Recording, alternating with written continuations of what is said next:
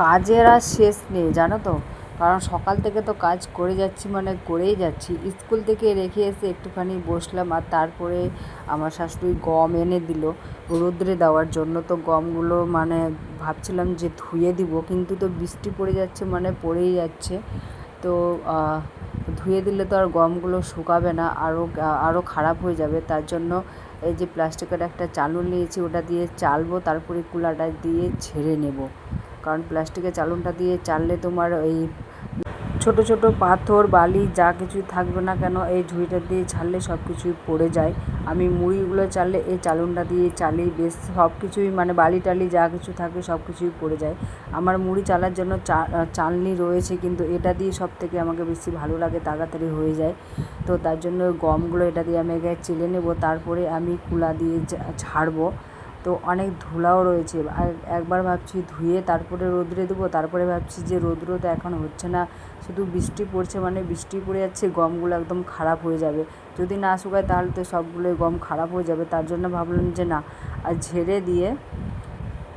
ঝেড়ে নেবো, তারপরে রোদের মধ্যে একটুখানি শুকাতে দেবো। কিন্তু রোদে দিতেও ভয় লাগে, একবার দিচ্ছি, একবার গিয়ে নিয়ে আসছি। কারণ দেখছি এখন একটুখানি পরিষ্কার করেছে, একটু পরে দেখছি অন্ধকার, কখন যে বৃষ্টি চলে আসছে তার কোনো ঠিক নাই। গমগুলা যে দেবো দেওয়ারও সাহস পাচ্ছি না।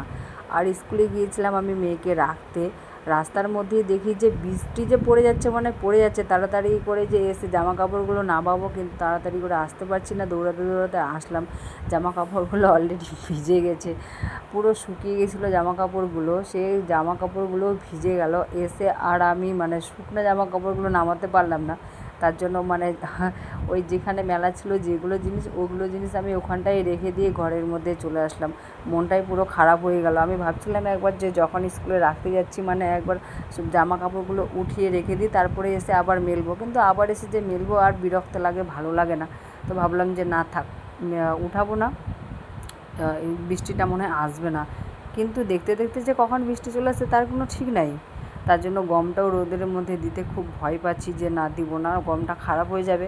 তো ঝেড়ে খুব সুন্দর করে ঝেড়ে নেব, তারপরে রেখে দেবো। যদি রৌদ্র হয় তাহলে দেবো, না হলে এরকমভাবেই রেখে দেবো। রৌদ্র হবে তারপরে ভালো করে ধুয়ে নেব, তারপরে রোদ্রে দিব। তারপরে তারপরে গমটাকে নিয়ে যাবে মিলে, আটা করে নিয়ে আসবে। আর আমাদের আটা অলরেডি শেষ হয়ে গিয়েছে, দোকান থেকে কালকে কিনে নিয়ে এসছে আটা। আর আমাদের রাত্রেবেলা তো প্রত্যেক দিন রুটি হয়। আমার শ্বশুর শাশুড়ি আমার বর রুটিই খায় রাত্রেবেলা। ভাত কিন্তু শুধু আমাদের বাড়িতে একবারই খায়। আর আমি কিন্তু মুড়ি খাই, রাত্রেবেলা মুড়ি খাই। আমি সকালবেলা মুড়ি খাই, রাত্রেবেলা মুড়ি খাই, দুপুরবেলা শুধু ভাত খাই।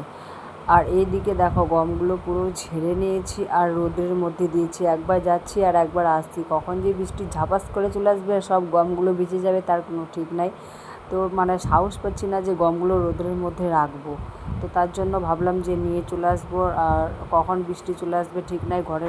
আর আমি অনেকক্ষণ ধরে দৌড়ঝাঁপ করছি, মানে বাইরে বসে থাকার আর আমার শক্তি ধৈর্য কিছুই নেই। আমি ঘরের মধ্যে একটুখানি শান্তিতে বসবো। তার জন্যই গমগুলো এখন আর রোদে দেবো না, ঘরে নিয়ে চলে আসলাম।